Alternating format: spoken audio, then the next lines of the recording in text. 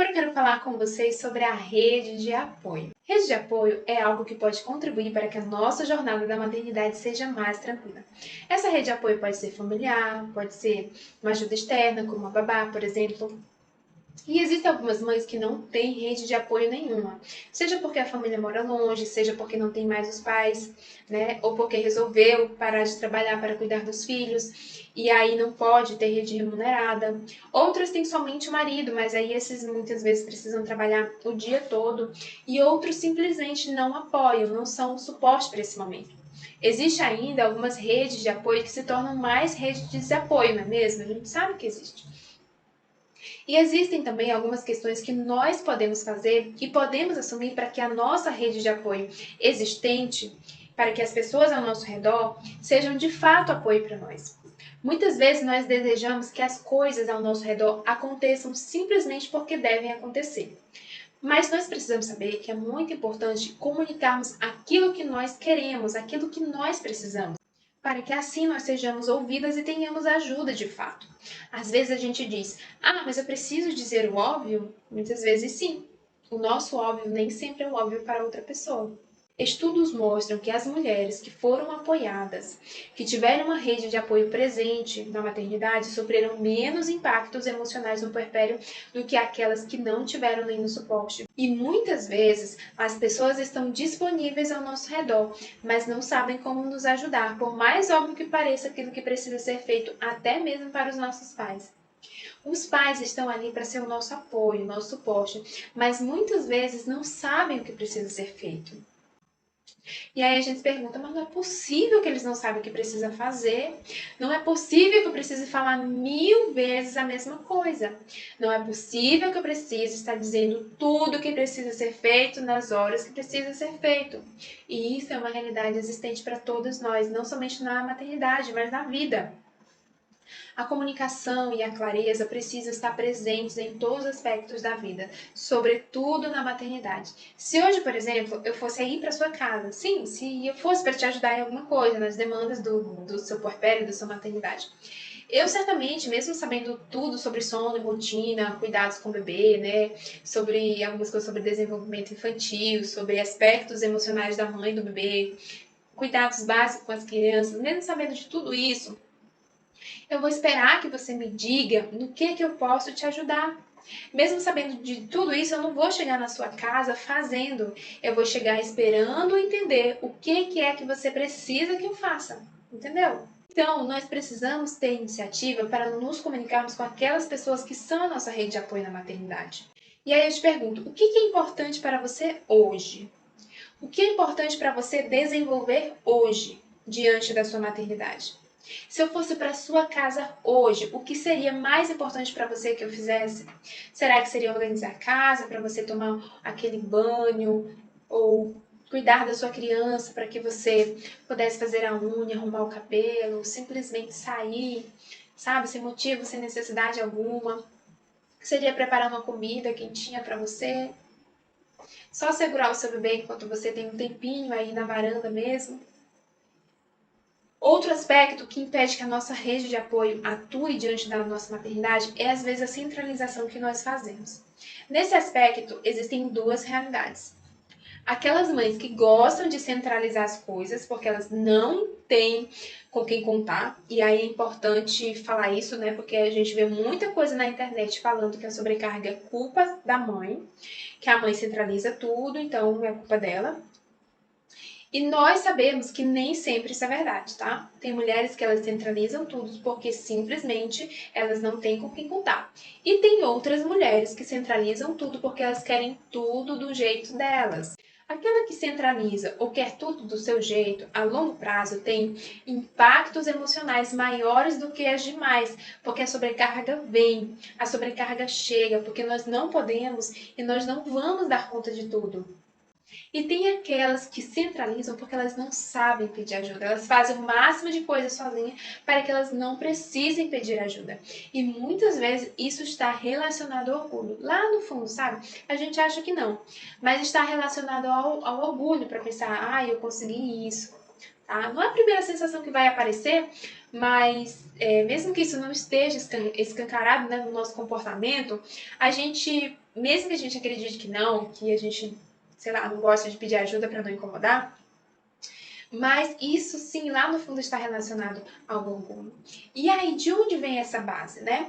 Orgulho de talvez dizer para si mesma, né, que eu consegui, né? Porque às vezes essa pessoa teve que dar conta de muitas coisas na vida, né? Às vezes a vaidade também pode ser base desse comportamento, desse orgulho, onde eu quero que tudo seja feito do meu jeito. E isso parece ser muito lindo, é ótimo, inclusive realiza, né, a muitos de nós. Só que a longo prazo a sobrecarga vem, né? A conta chega emocionalmente. E essa conta chega com 1 ano de idade da criança, seja com 1 ano e meio, mas ela vai chegar. Porque esse perfil que quer fazer tudo, ele consegue. Porque abraça o mundo, né? Com as mãos e consegue mesmo. Mas esquece de olhar para dentro de si e de entender que ela também precisa de cuidado. Então, a rede de apoio fica ali à nossa disposição, mas só que a gente não usa. E aí a gente tem que lembrar o seguinte: as pessoas não vão fazer do nosso jeito, né? Elas não vão cuidar dos meus filhos do jeito que eu cuido, porque cada pessoa tem sua maneira de fazer. O meu marido não vai dar banho na minha criança da mesma forma que eu dou, mas ele vai dar banho. Ele não vai alimentar da mesma forma que eu alimento, mas ele vai alimentar. Ele não vai colocar para dormir da mesma forma que eu coloco, mas ele vai colocar para dormir. O jeito que eu seguro no colo é diferente do jeito que a minha mãe ou meu esposo segura minha filha no colo. Mas eles seguram e colocam ela para dormir, eles conseguem. Entenda, do nosso jeito ninguém vai fazer nada, porque cada um tem seu jeito de fazer as coisas. Cada pessoa é única. Ninguém vai limpar a sua casa do jeito que você limpa, ninguém vai lavar a sua louça do jeito que você lava, ninguém vai lavar a sua roupa do jeito que você lava ou passa, e ninguém vai cuidar dos seus filhos do jeito que você cuida. Mas deixa eu te falar uma verdade que talvez possa te chocar. Mesmo que não seja do seu jeito, as coisas continuarão sendo feitas, e muitas delas melhores do que as que você faz.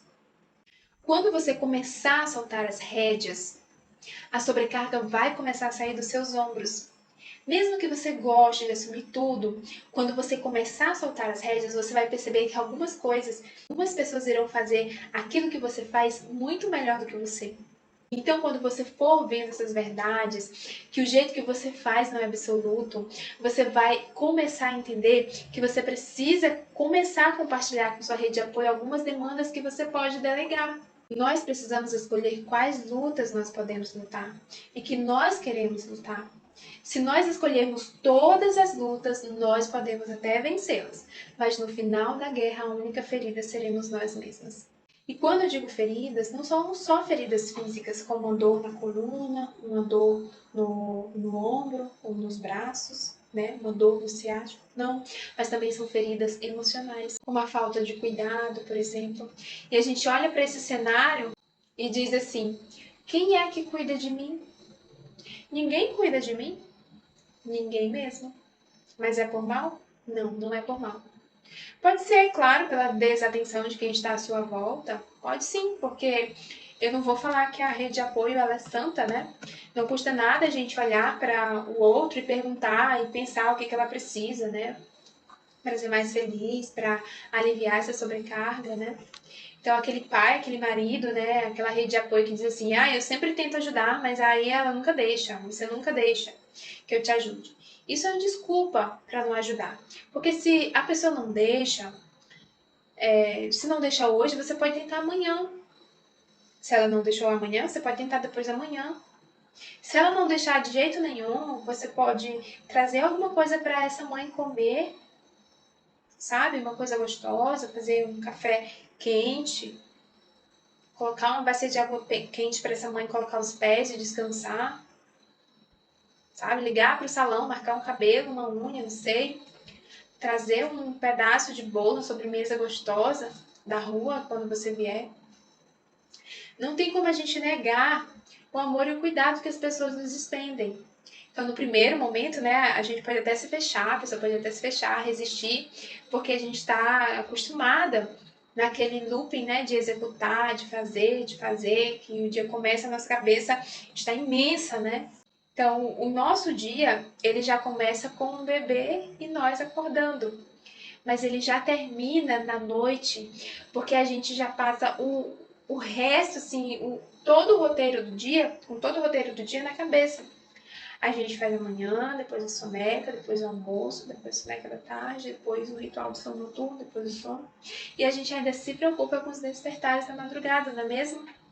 E aí esse piloto automático deixa a gente distantes, um pouco irritados, um pouco inacessíveis, porque antes das pessoas olharem para o nosso coração, elas veem primeiro aquilo que a gente tem que fazer. Elas veem primeiro aquilo que a gente tem que fazer, porque nós deixamos isso acontecer. E algumas mulheres têm no rosto a expressão de alerta, sabe? Elas estão sempre assim, sabe? Com os olhos abertos o tempo todo, como se elas estivessem no modo de lutar o tempo todo, sabe?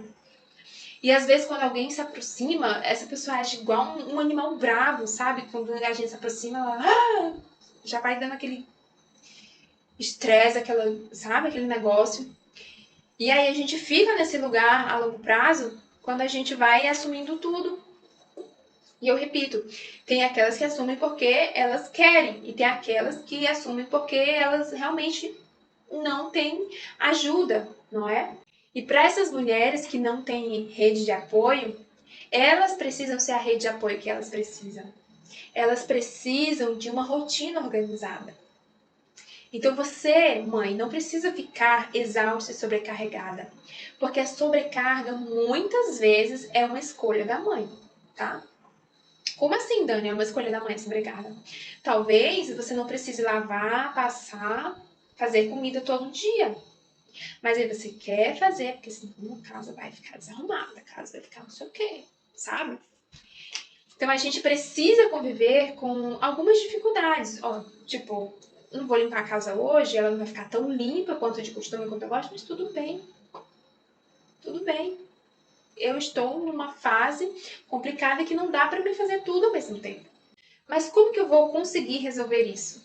Você pode fazer um planejamento por escrito, né?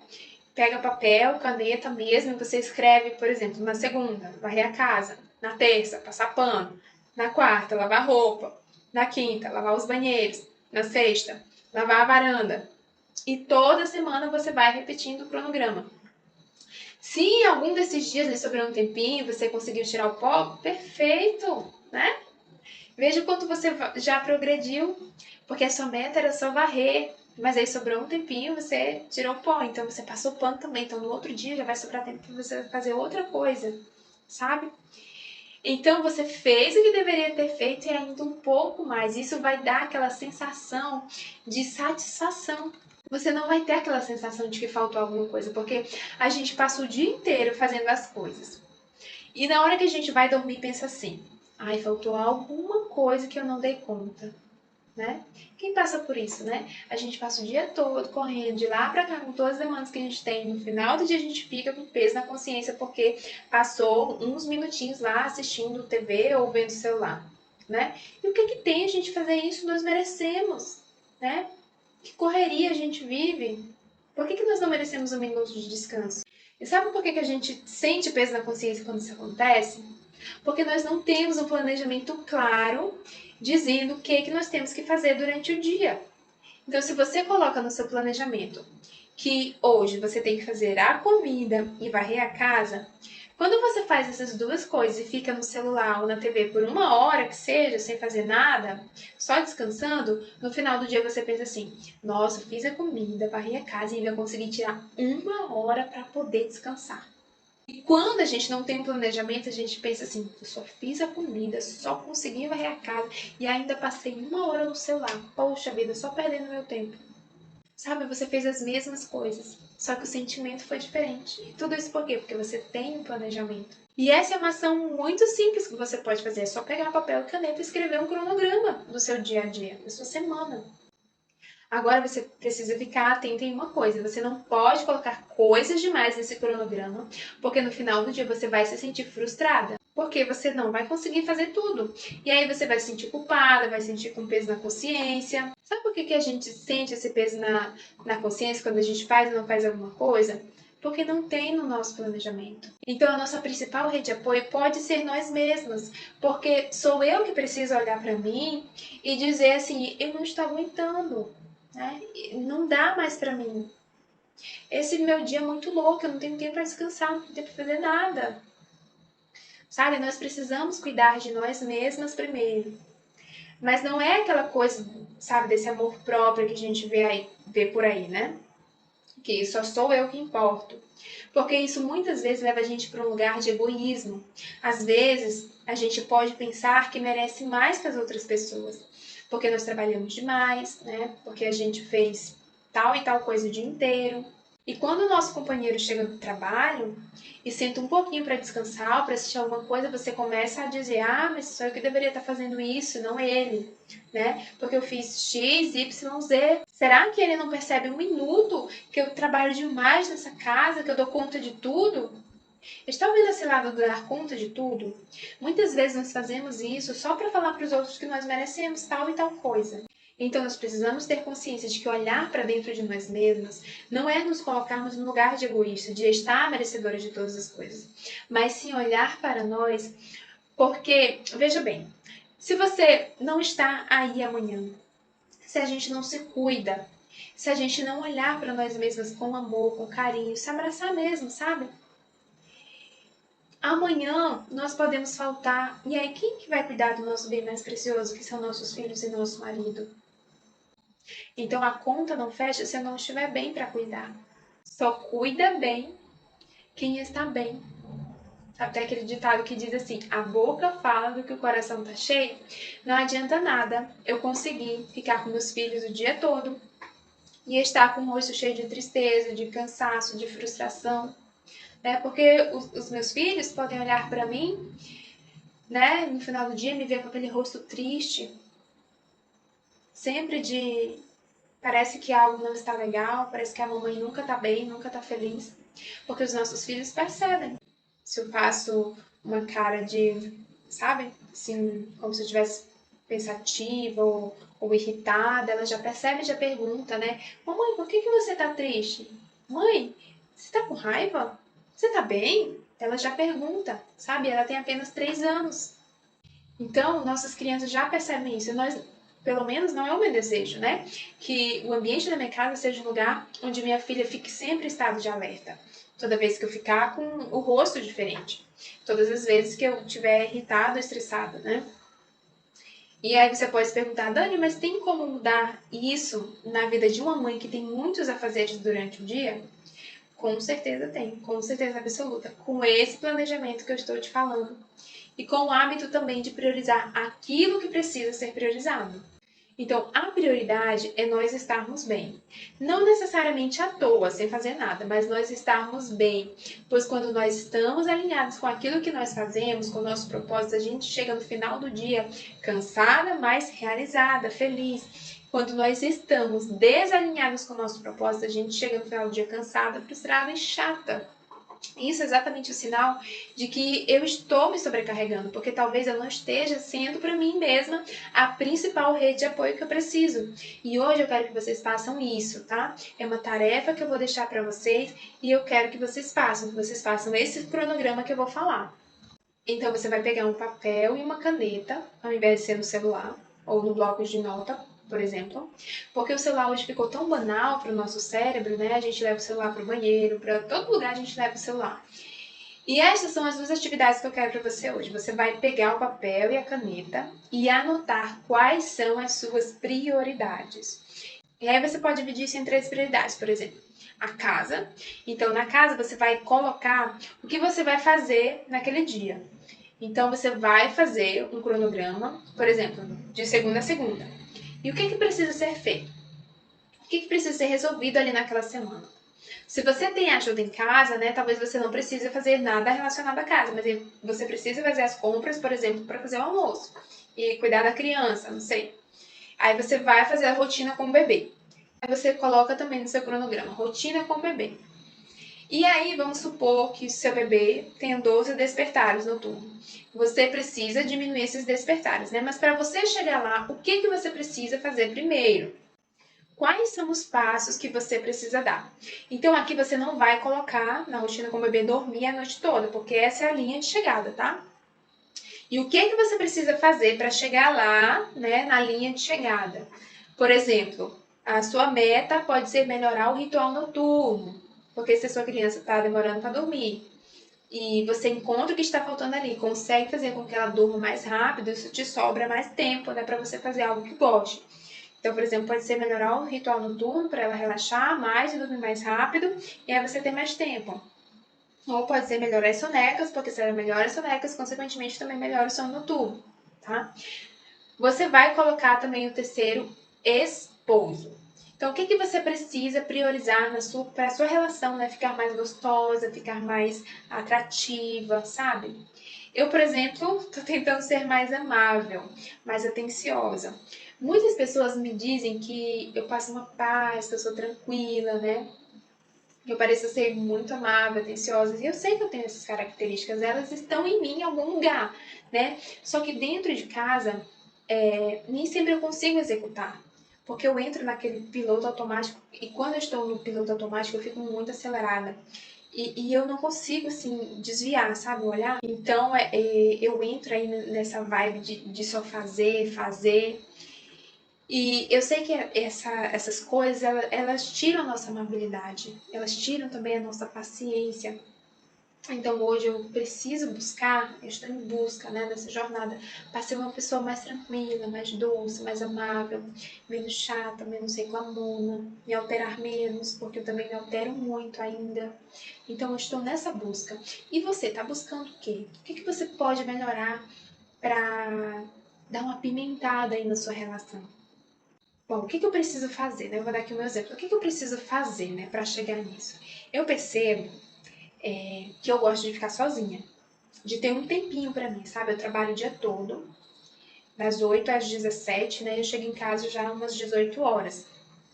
Então, quando eu chego, já passo buscando minha filha, já chego em casa, então já muitas vezes ela tá estressada e tal, às vezes ela não consegue tirar a soneca na volta, ela já chega muito estressada e acaba que eu me estresso junto. Então eu tenho tentado trabalhar isso com meu marido para conseguir esse tempo só para mim, mesmo que seja de meia hora. Então, quando eu chego muito cansada do trabalho, eu já peço ele mesmo, né? Ele se oferece para levar minha filha para dar uma voltinha com ela, para ele também ter um tempo com ela, porque ele também trabalha o dia todo e estuda à noite. Então, mesmo ele chegando cansado do trabalho, ele se oferece para levar a minha filha para dar uma volta, porque ele sabe que esse tempo é precioso para mim, que eu preciso disso, sabe? Então eu tenho percebido que isso tem me ajudado, porque quando ele chega eu já estou mais zen, mais tranquila e já consigo tratá-los com mais amabilidade. Então isso está funcionando. Posso buscar outros meios? Posso, estou na busca, como eu falei, nessa jornada. Mas o foco não é mim, o foco é você, né? O que você pode fazer então para alcançar essa meta que você tem? Para algumas mulheres, por exemplo, que elas precisam, que elas gostam de fazer, é se arrumar mais, digitar as unhas, o cabelo. Então, por que quando acorda a gente deve tirar o pijama?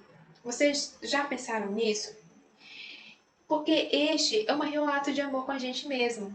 Talvez você possa passar um gloss, né, um batom, um hidratante, passar um perfume. Isso faz com que a gente se sinta mais disposta para servir o outro, para começar o dia. Porque quem está de pijama está disposto a dormir, né? O nosso cérebro fala isso pra gente. E quando a gente passa o dia inteiro de pijama, a gente passa o dia arrastada, cansada. A gente olha para a cama e tem que lutar para poder sair de lá, para não deitar, né?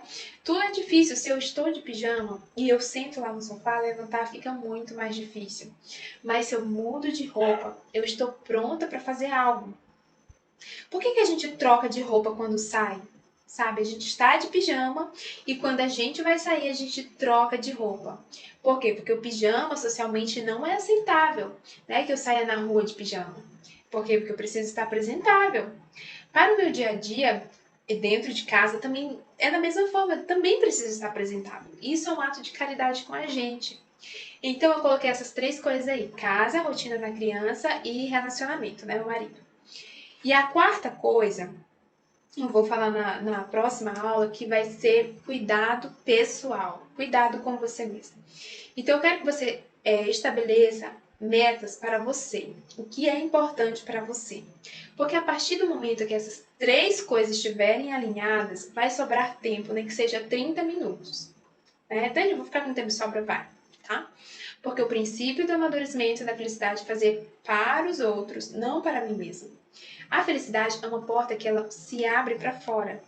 Então, quando eu faço algo pelas pessoas, emocionalmente eu fico realizada. Então, agora eu vou fazer algo para mim mesma. Então, a quarta coisa que eu vou detalhar mais na próxima aula é fazer algo que você queira muito. Por exemplo, você gosta de fazer as unhas, então você quer voltar a fazer as unhas toda semana, então você vai anotar. É comer melhor, quero ter tempo para comer sozinho, você vai anotar também. É fazer uma atividade física, né? Ter 30 minutos ali para fazer uma atividade física, então anota aí.